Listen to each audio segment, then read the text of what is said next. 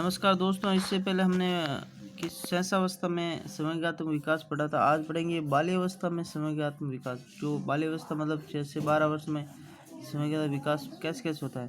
प्रारंभिक बाल्यावस्था में बालकों में समग्रात्मक विकास नियंत्रित और समग्रात्मक परिपक्वता उत्पन्न हो जाती है, स्टार्टिंग हो जाती है। समय को नियंत्रण करना सीख जाता है, पूरा तो नहीं होता लेकिन, और परिपक्वता आ जाती है लगभग। इस अवस्था में मूल प्रवृत्तियों के स्थान पर समय अधिक प्रभावी हो जाता है। जो मूल प्रवृत्ति होता है जैसे भूख लगना, रोना, क्रोध करना, भय, वो मूल प्रवृत्ति शेष अवस्था में ज़्यादा होती है। उसके स्थान पर अब समय अधिक प्रभावी हो जाता है, जैसे क्रोध है, ये चीज़ें अधिक प्रभावी। इस अवस्था में अधिकार भावना, ईर्ष्या करना, समूह, वात्सल्य, भय की प्रधानता होती है। बाल्यावस्था में कौन कौन से, एक तो देखो अधिकार भावना, ईर्ष्या, समूहन, वात्सल्य, भय की प्रधानता होती है। अब आगे पढ़ेंगे हम किशोर अवस्था में समग्रात्मक विकास। किशोर अवस्था में समग्रात्मक समस्याओं का काल है। इसमें सबसे ज़्यादा समग्रात्मक समस्या आती है क्योंकि किशोर अवस्था को समस्याओं की अवस्था भी कहता है। इस अवस्था में किशोर में समग्रात्मक नियंत्रण समाप्त हो जाता है। किशोर पर अपना संवेगों का नियंत्रण नहीं रहता है। इस अवस्था में संवेग तीव्र और बार बार प्रकट होते हैं। बहुत तीव्र गति से संवेग आते हैं किशोरों में, और बार बार आते रहते हैं। उसके अलावा संवेगात्मक समस्याओं के कारण तीव्र गति से शारीरिक परिवर्तन होते हैं। शारीरिक परिवर्तन भी बहुत फास्ट होते हैं।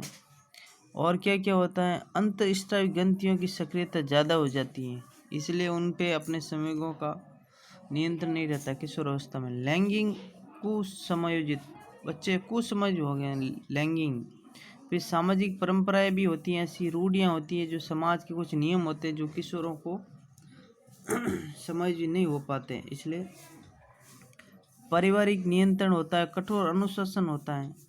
इस कारण भी संवेगात्मक समस्या के ये सारे कारण हैं। स्वतंत्रता है, विद्रोह की भावना, इच्छाओं एवं आवश्यकताओं की पूर्ति में बाधा, उनकी इच्छाओं, उनकी आवश्यकताओं की पूर्ति में बाधा होती है, ये भी कारण है संवेगात्मक समस्याओं का। पीढ़ीगत अंतराल, भय, असुरक्षा की प्रवृत्ति, आर्थिक समस्या के कारण भी ये प्रॉब्लम होती है। शारीरिक दोष और कुछ कमियां भी होती हैं। अब है किशोर अवस्था के प्रमुख समय कौन कौन से। सबसे पहला भय, ये किशोर अवस्था का सबसे महत्वपूर्ण समय है, जो कि 3 प्रकार से प्रकट होता है। वस्तु एवं स्थान जनित, जैसे आग, पानी, कोई आग से डरता है, कोई पानी से, कोई अंधेरे से, बिल्ली, छिपकली, कॉकरोच आदि से। सामाजिक संबंधों का भय, भीड़ से भय, अनजान लोगों से भय, अकेलेपन से भय। स्वयं से संबंधित भय, जैसे बीमारी का भय, मृत्यु से भय, संक्रमण से भय, परीक्षा से भय। ये किशोरों में 3 तरह के भय होते हैं। एक तो थे वस्तु स्थान जनित सामाजिक संबंधों का, और तीसरा है स्वयं से संबंधित। अब आ गया किशोर अवस्था का भय दुर्गति, फोबिया, मानसिक रोग से रूपांतरित हो जाता है, जैसे कैसिरोफोबिया, मृत्यु से फोबिया, माइसोफोबिया, बीमारी और संक्रमण से भय,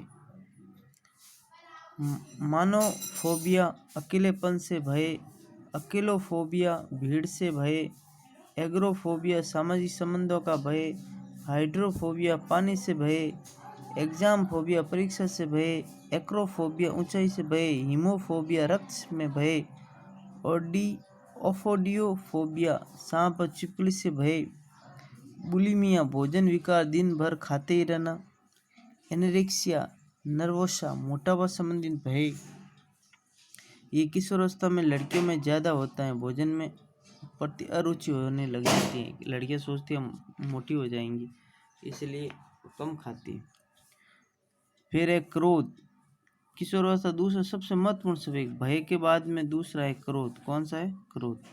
कारण आर्थिक परिस्थिति के कारण आता है क्रोध, समस्या के कारण, पारिवारिक असंतुलन के कारण, इच्छाओं और आवश्यकता पूर्ति में बाधा के कारण क्रोध आता है, शारीरिक कमियों के कारण आता है। अब अगला है चिंता। कौन सा? चिंता शारीरिक, सौंदर्य एवं स्वास्थ्य संबंधी चिंता, परीक्षा, नौकरी, कैरियर, प्रेम, ब्याह, धन आदि संबंधी चिंता। ईर्ष्या, निकटवर्ती मित्रों या निकटवर्ती परिजनों के प्रति सौंदर्य, योग्यता, कुशलता, साहस, क्षमता, धन या प्रभाव संबंधी ईर्ष्या, ईर्ष्या भी होती है किशोरावस्था में। उसके अलावा है कामुकता, तीव्र विषम लैंगिक आकर्षण, प्रजनन अंगों के विकास के कारण उत्पन्न होने वाला संवेग, कामुकता यानी सेक्स वाला। ठीक है, इसके आगे हम पढ़ेंगे संवेगात्मक समस्याओं के कारण उत्पन्न होने वाले मानसिक रोग, इसके अगले वीडियो में पढ़ेंगे। ठीक है दोस्तों।